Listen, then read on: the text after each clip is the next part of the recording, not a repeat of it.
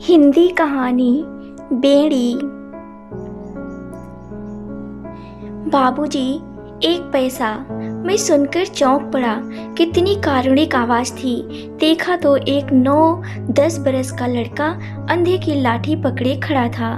मैंने कहा, सूरदास, यह तुमको कहाँ से मिल गया? अंधे को अंधा न कहकर सूरदास के नाम से पुकारने की चाल मुझे भली लगी। इस संबोधन में उस दीन के अभाव की ओर सहानुभूति और सम्मान की भावना थी, व्यंग न था। उसने कहा, बाबूजी, यह मेरा लड़का है, मुझ अंधे की लकड़ी है।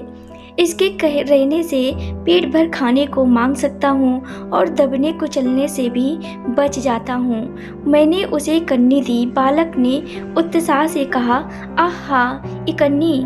बुढ़े ने कहा, दाता जुग जुग जियो।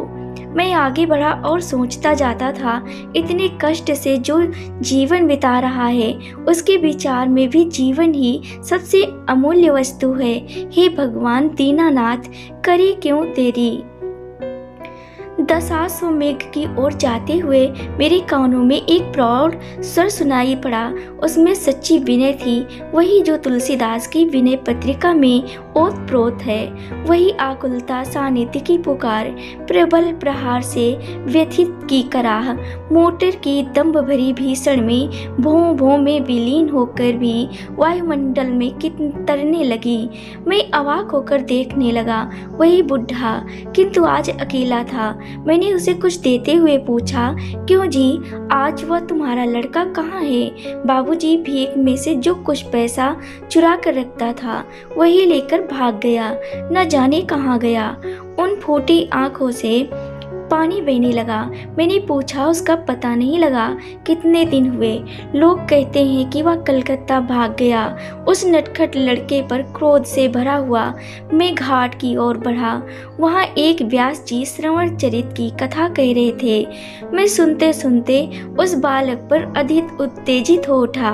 देखा तो पानी की कलकल का धुआं पूर्व के आकाश में अजगर की तरह फैल रहा था।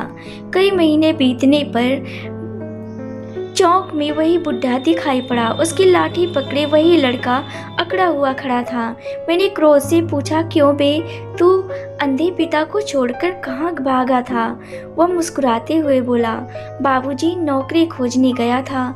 मेरा क्रोध उसकी कर्तव्य बुद्धि से शांत हुआ। मैंने उसे कुछ देते हुए कहा, लड़के, तेरी यही नौकरी है तो अपने बाप को छोड़कर न भागा कर। बुढ़ा बोल उठा, बाबूजी, अब यह नहीं भाग सकेगा।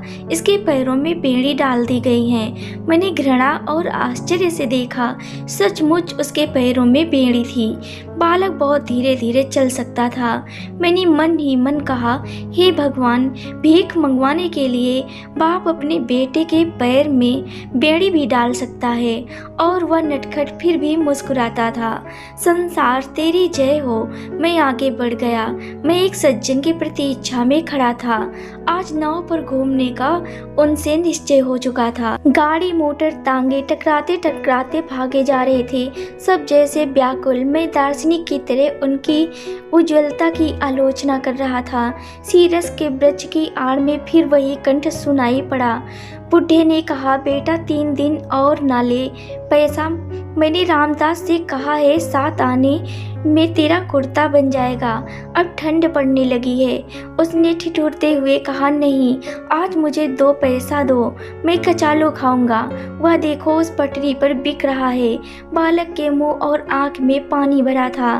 दुर्भाग्य से बुढ़ा उसे पैसा नहीं दे सकता था। वह न देने के लिए हट करता ही रहा, परंतु बालक की ही विजय हुई। वह पैसा लेकर सड़क की उस पटरी पर चला। उसके बेड़ी से जकड़े हुए पैर पैंतरा काट कर चल रहे थे, जैसे युद्ध विजय के लिए नवीन बाबू 40 मील की स्पीड से मोटर अपने हाथ से दौड़ा रहे थे। दर्शकों की चित्कार से बालक गिर पड़ा। भीड़ दौड़ी। मोटर निकल गई और यह बुढ़ा विकल होकर रोने लगा। अंधा किधर जाए? एक ने कहा, चोट अधिक नहीं। दूसरे ने कहा, हत्यारे ने बेड़ी पहना दी है, नहीं तो क्यों चोट खाता? बुढ़े ने कहा, काट दो बेड़ी।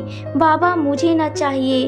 और मैंने हतबुद्धि होकर देखा कि बालक के प्राण पखेरु अपनी बेड़ी काट चुके थे।